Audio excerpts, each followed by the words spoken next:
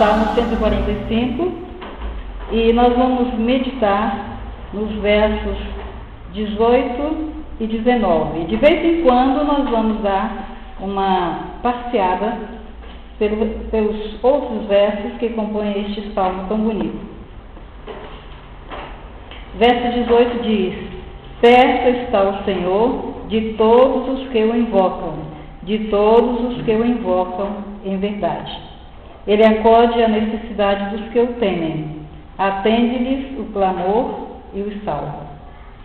Meus irmãos, vidas dedicadas ao Senhor também faz parte do culto. Eu já falei aqui uma vez sobre o culto, mas o assunto de hoje, e no final de tudo eu vou fazer a última pergunta, e eu quero ver se os irmãos vão responder. Nós vamos falar sobre para quem é o culto. Para quem é o culto. Nós não estamos falando apenas de cultos relevantes, mas o culto biblicamente relevante. Acabei de citar alguns exemplos de pessoas querendo dedicar suas vidas ao trabalho do Senhor. Isso é culto. Nós ouvimos anteriormente o apelo à oração ao Senhor para que o trabalho se desenvolva. Isso é culto. Nós nem precisávamos falar mais, fazer nenhum sermão, nenhuma palestra aqui depois de assistirmos à Escola Bíblica Dominical com um sermão maravilhoso do pastor Adolfo. Isso é culto. Os hinos que nós cantamos aqui, embora em pequeno número nós estamos hoje, isso é culto. O fato de nos levantarmos cedo hoje e virmos à igreja, isso é culto ao Senhor. Isso é coisa biblicamente relevante. Então nós estamos numa época em que as pessoas estão deturpando o significado de culto ao Senhor.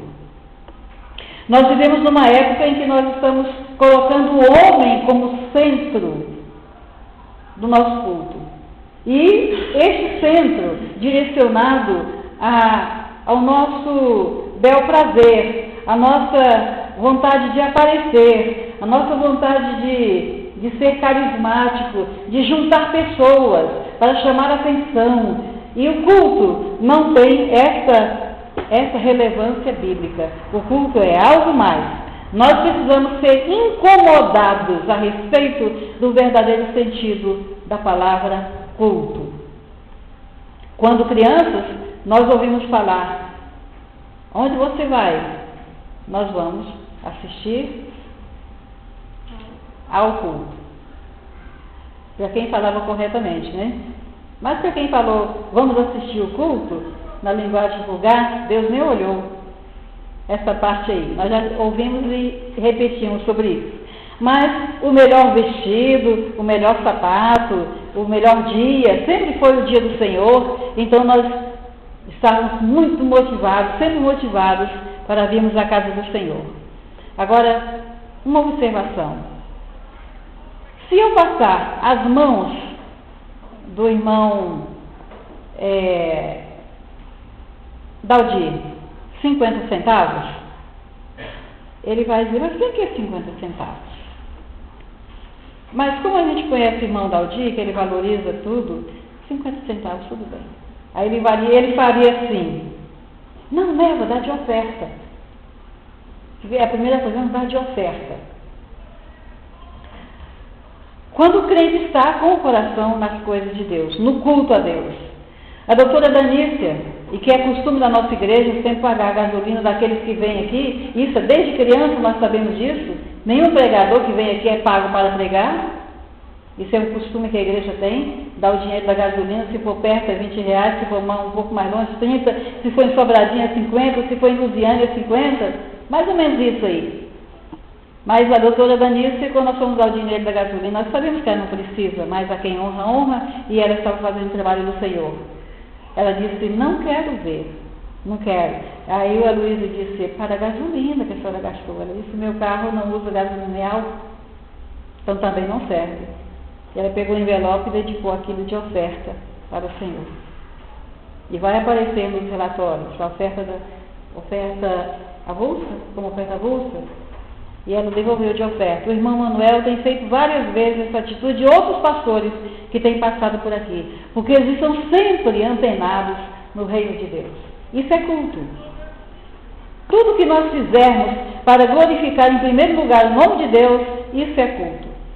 Agora, sabendo que o culto tem uma dimensão horizontal, ou seja, ela deve alcançar as pessoas, isso é um fato, mas a questão não deve ser enfocada a partir daqui.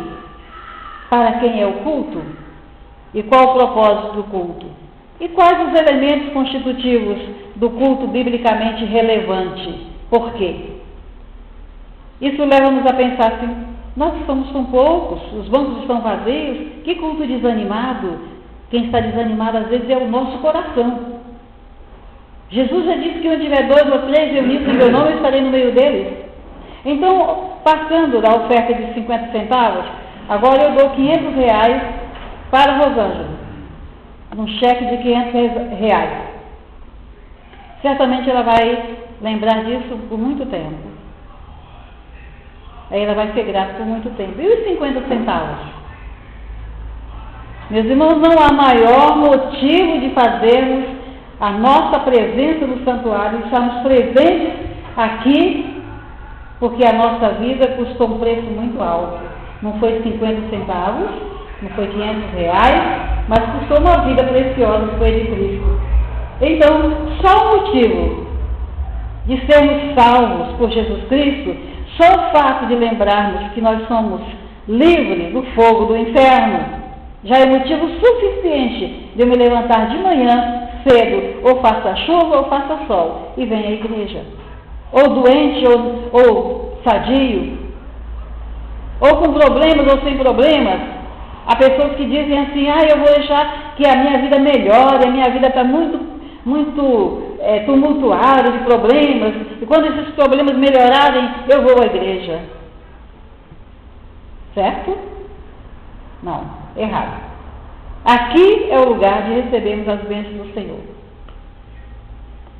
Certo dia, irmão Daldi, eu senti a mesma vontade que o irmão sentiu, de trazer a cama para dormir aqui no santuário. Eu também senti, pude compreender a sua necessidade. O salmista disse que quão bom seria.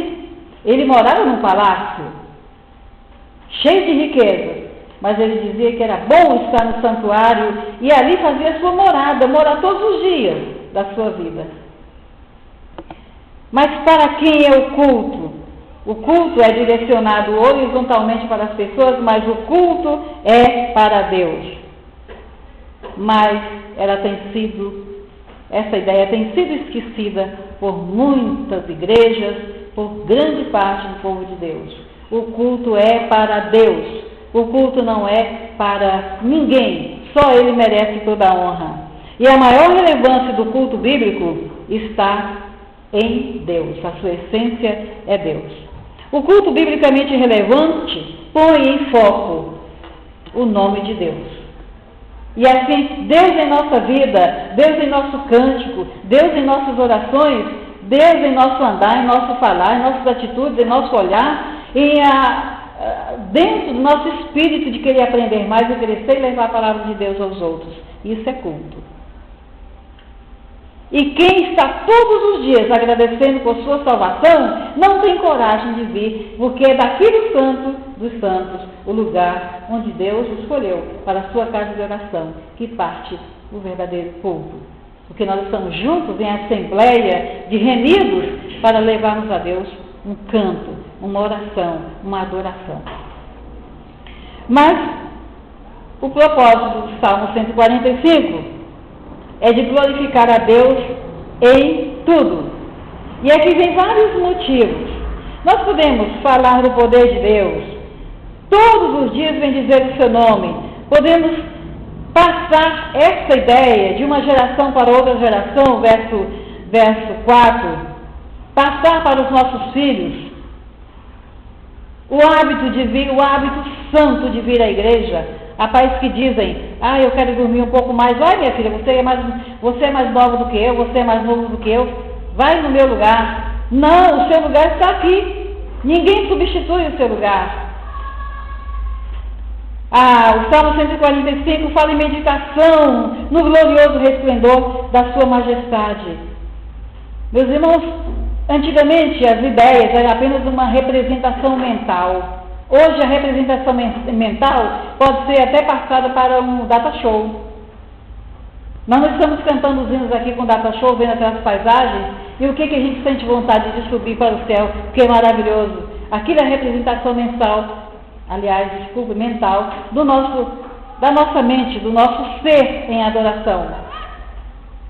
Então, quando nós estamos cantando os hinos, nós estamos vendo o resplendor de Deus, falando do poder de Deus, divulgando a memória da sua bondade.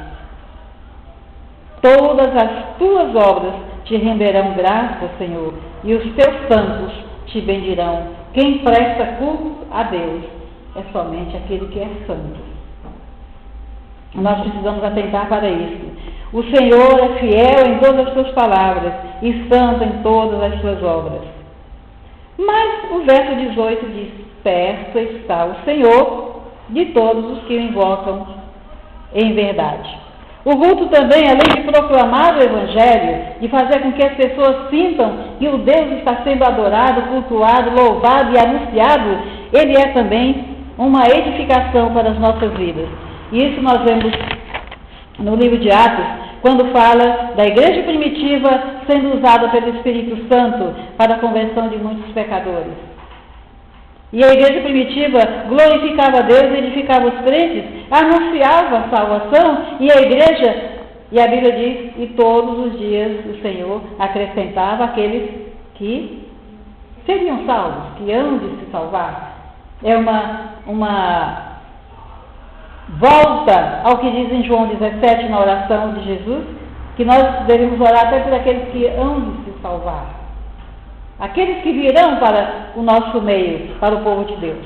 Mas nós não podemos confundir o ato de culto, a celebração, com entretenimento. O entretenimento é diversão. Serve para afastar o tédio e alegrar a pessoa. Por exemplo, participar de uma escola dominical, quando nosso desejo era estar na praia, esse fato tem levado a igreja, em nossos dias, a oferecer certos atrativos ao povo no que tange ao culto. Então a liderança fica preocupada. Eu tenho que oferecer isso e aquilo para chamar a atenção das pessoas para virem à igreja, porque senão o culto vai ser substituído pela praia, o culto vai ser substituído pelo jogo de futebol, o culto vai ser substituído por um passeio, por uma lavagem de carro. Então as igrejas, o povo de Deus está tentando atrair as pessoas. Meus irmãos, onde é que está a lembrança da nossa salvação? Que ingratidão é essa que nós temos, medrando, crescendo cada vez mais, inchando em nosso coração, a ponto de acharmos que não precisamos cultuar a Deus, não precisamos vir à igreja? Aí os irmãos dizem, mas por que a irmã Madalena está falando isso para o grupo que está aqui? Não é para o grupo que está aqui, é para mim e para os irmãos. É porque daqui é que parte a nossa edificação. E um tijolo após o outro tijolo é que forma uma parede. E nós aqui temos o desejo de abrir a boca e falar da palavra de Deus. Há uma afirmação muito constante em nossas igrejas que diz o seguinte: eu não aceito quando o pastor diz, agora nós chegamos ao momento mais importante da noite, que é a pregação da palavra. E aqueles que fazem parte da equipe de louvor, muitos deles dizem assim, não, a parte mais importante é a hora em que nós estamos dirigindo a equipe de louvor. Mas isso está errado. A Bíblia não disse, ide, cantai, ide, louvai, disse, ide e pregai. A pregação realmente é o clima do culto. É a palavra de Deus sendo anunciada dentro da sua palavra. Perto está o Senhor daqueles que prestam culto em espírito e em verdade. Está perto, muito perto.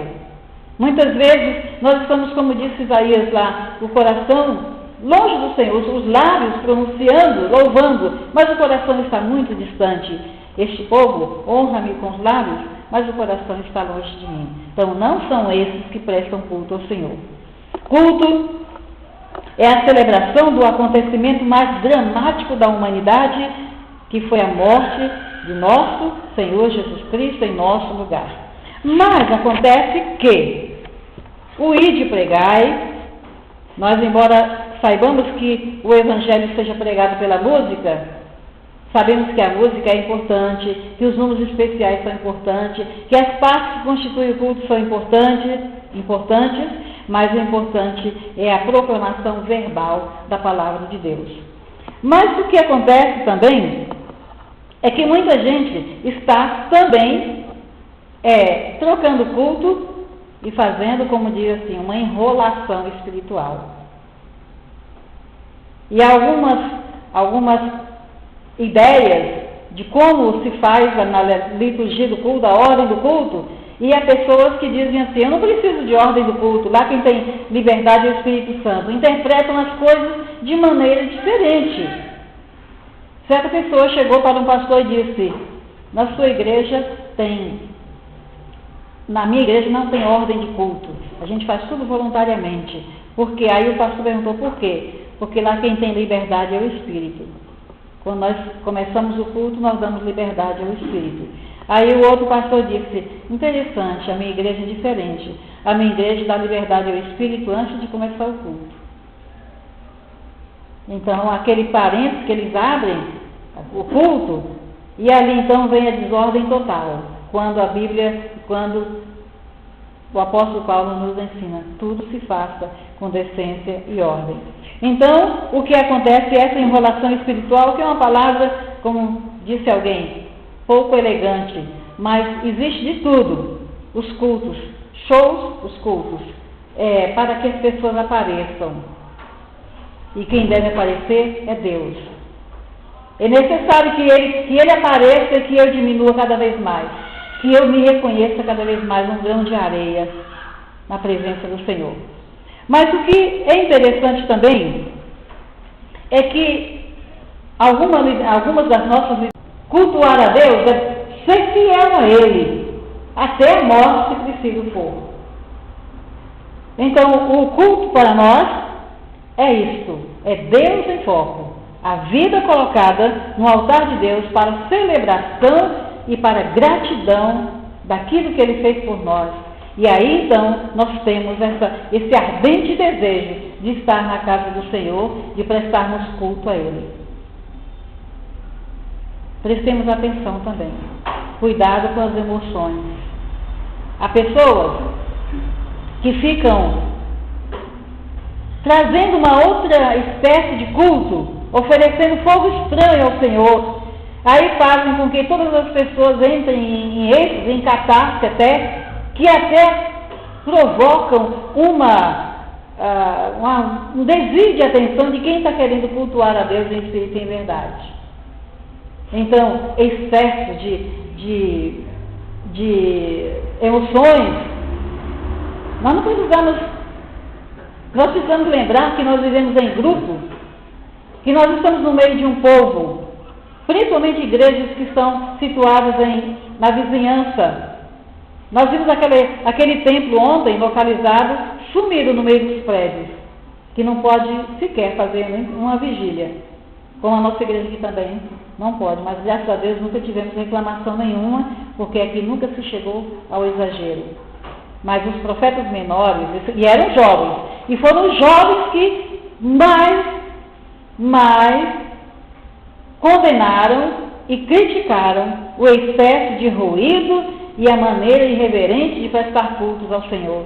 O jovem Miqueias, o jovem Ageu, o jovem Naum, todos eles, e Jeremias também e outros que eram jovens, foram os jovens aqueles que mais detestaram a maneira de cultuar a Deus, porque os adultos estavam invertendo, estavam prestando cultos ao Senhor de maneira que não era aquela biblicamente relevante.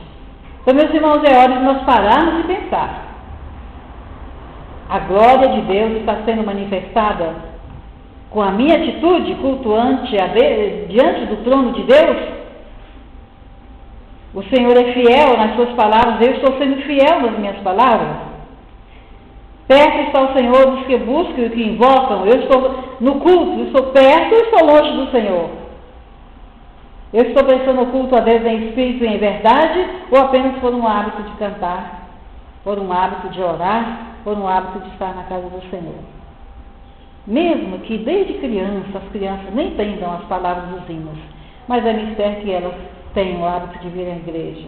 Eu já até me referi uma vez aqui, eu era criança, eu não sabia o que era, nem verbo, nem palavra nenhuma. Eu ouvia as pessoas cantando, e então eu achava que não tinha nenhuma malícia.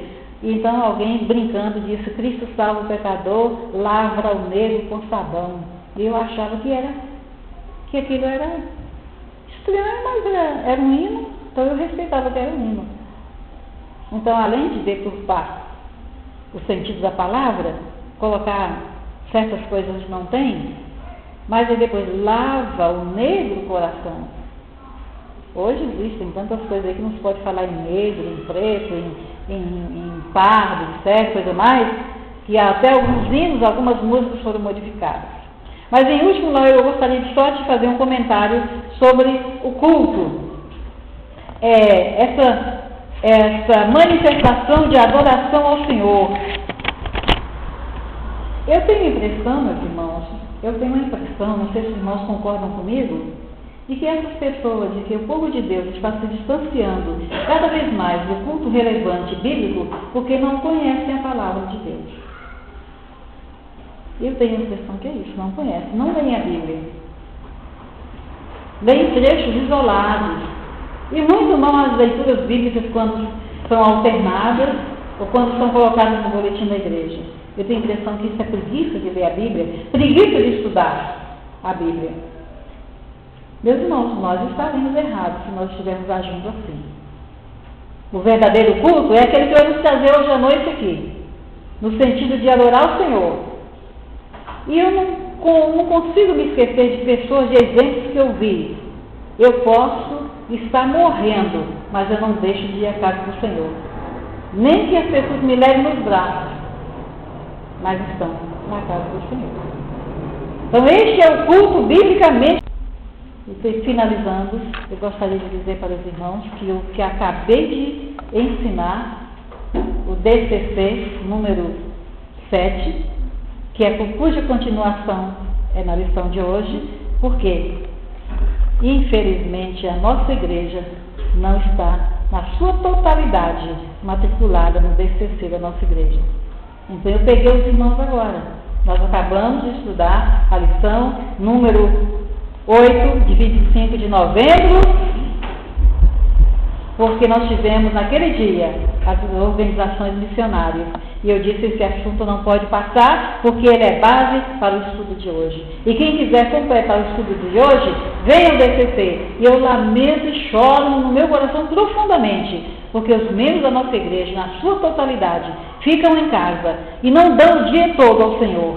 Nem sequer chegam a hora. Eu estou falando aqui em tese, porque bem-aventurados são aqueles que buscam a Deus e que vêm para o DCC. Agora, essas palavras são minhas. As anteriores são bíblicas.